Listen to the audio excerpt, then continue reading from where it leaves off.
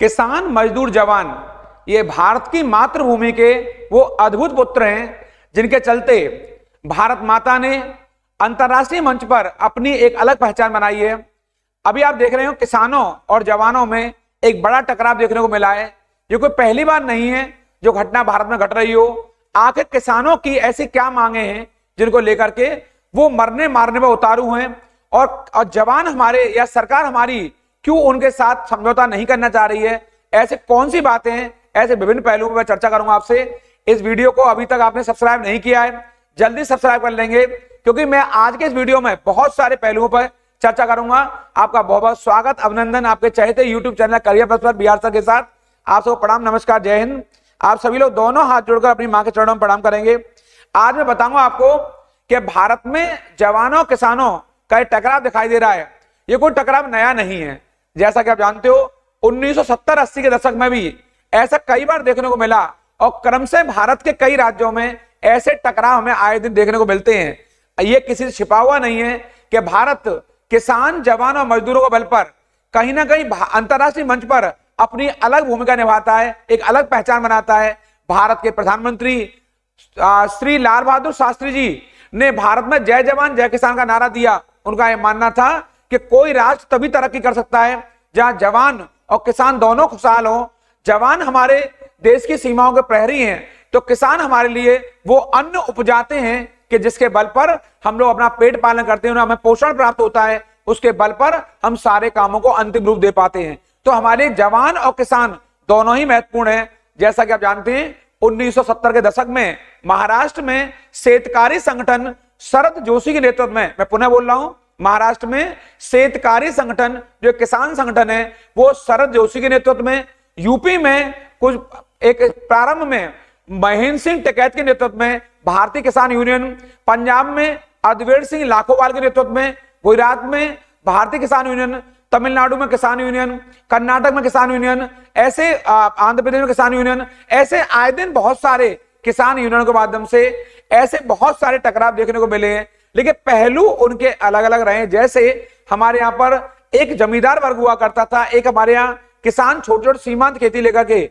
उनमें टकराव रहा है, लेकिन उनको कई बार सरकार ने बड़ी आसानी से सुलझाया है, उनकी समस्याओं को सुलझाया है।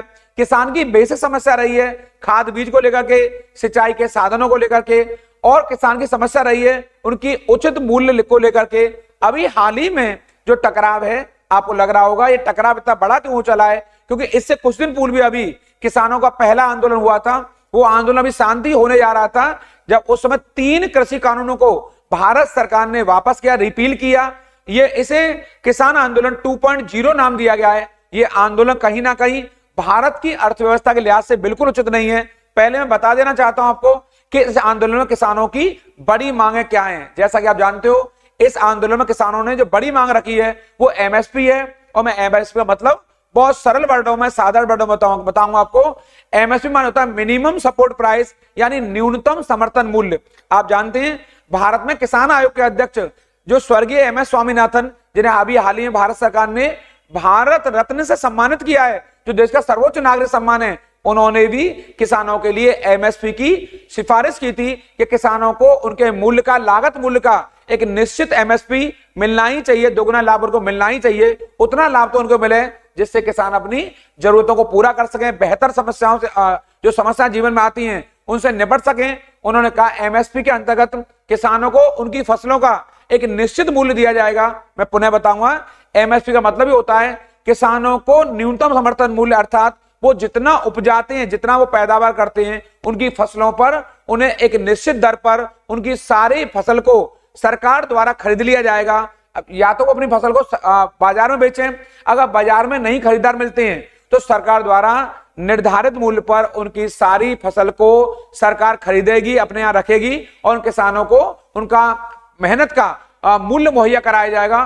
तो अभी वर्तमान समय में 23 फसलों पर एमएसपी दिया जा रहा है। किसानों की यह मांग है कि इन 23 फसलों को एक सरकारी रूप दिया जाए, इसे कानूनी रूप दिया जाए, अर्थात एक निश्चित कानून बना करके एमएसपी देकर के इन 23 फसलों को निर्धारित कर दिया जाए कि आपके लिए ये मूल्य मिलेगा ही मिलेगा, ताकि किसानों को इधर उधर भटकना ना पड़े। इसके अलावा दूसरी बड़ी मांग है, किसान कर्ज माफी की बात कर रहे हैं कि उन पर जो कर्ज है उसको सरकार पूरी तरह से माफ कर दे। ये कहीं ना कहीं एक टकराव की स्थिति है। जैसा कि आप जानते हो, ये किसान जवान का टकराव बहुत बड़े पैमाने पर देखने को मिल रहा है। शंभू बॉर्डर पर, टिकरी बॉर्डर पर, अभी आप देख अंबाला बॉर्डर पर ये बहुत बड़ा रूप ले चुका है। क्या इससे हमारी अर्थव्यवस्था खस्ता हाल नहीं होगी? क्या इससे हमारी अर्थव्यवस्था कमजोर नहीं होगी? बड़ा प्रश्न यही है यहाँ पर कि किसान और जवान जो दोनों डटे हुए हैं अपनी बातों को मनवाने के लिए। जवान चाहते हैं कि शांतिपूर्ण तरीके से आप घर जाइए, अपनी बातों को पत्र के माध्यम से सरकार के समक्ष रखिए, आप आवेदन दीजिए। और जवान चाहता है कि हम इस समय टकराव के मूड में, हमेशा बात करने के मूड में नहीं है, हम अपनी बातों को यहां मनवाएंगे। हम शांतिपूर्ण धरना दे रहे हैं, हम कोई लड़ाई नहीं कर रहे हैं, लेकिन हमारी बातों को सरकार सुने, हमारी बातों को माने। तो जवान भी अपनी बातों पर अड़े हुए हैं, वो इस बात पर अडिग हैं कि हमें एमएसपी से कम पर कुछ भी स्वीकार्य नहीं है। हमारी कर्ज माफी और बहुत सारी जो अन्य मांगे हैं उनको मनवाना चाहते हैं, क्योंकि जवान कह रहे हैं कि आप इस तरह मनमानी नहीं कर सकते हैं। ये देश जवानों, किसानों और मजदूरों का है। आप जानते हैं, जय जवान जय किसान हमारे प्रधानमंत्री द्वारा दिया गया नारा था। ये वही नारा है जिसने पूरे भारत में ही नहीं बल्कि अंतरराष्ट्रीय मंच पर भारत को एक नया सम्मान और भारत को एक नया स्थान दिलाया।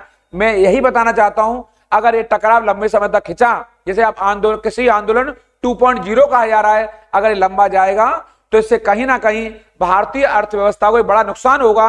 क्योंकि इस टकराव के चलते दिल्ली में, आसपास के क्षेत्रों में जो चीजें पहुंचा करती हैं, दैनिक जरूरत की चीजें पहुंचा करती हैं या आवश्यकता की चीजें पहुंचा करती हैं, वो वहां तक नहीं पहुंच पाएंगी। इससे वहां के लोगों को संकट तो होगा ही, इससे भारतीय अर्थव्यवस्था को भी प्रभावित होगी। क्योंकि दिल्ली देश की राजधानी भी है और दिल्ली देश का दिल भी है। अगर दिल पर ही इस तरह प्रहार होगा, दिल पर अगर चारों तरफ से घेराबंदी कर दी जाएगी, तो इससे कहीं ना कहीं ये देश को बड़ा नुकसान होगा। इसलिए जवानों को बड़े संयम से काम लेते हुए हमारे किसानों को कहीं ना कहीं एक ऐसा रास्ता निकालना पड़ेगा जिससे तेजी से उनका समाधान भी निकल जाए, उनकी बात भी रह जाए और एक मामला शांत हो जाए। क्योंकि जवान किसान अगर दोनों अगर सड़कों पर डटे रहेंगे तो ये ना सिर्फ देश के लिए बल्कि अर्थव्यवस्था के लिए उचित नहीं है। क्योंकि भारत दुनिया में 5वीं अर्थव्यवस्था बन चुका है और तीसरी अर्थव्यवस्था बनने के लिए भारत तैयार हो चुका है। वो समय दूर नहीं है जब भारतीय अर्थव्यवस्था दुनिया की तीसरी बड़ी अर्थव्यवस्था हो जाएगी।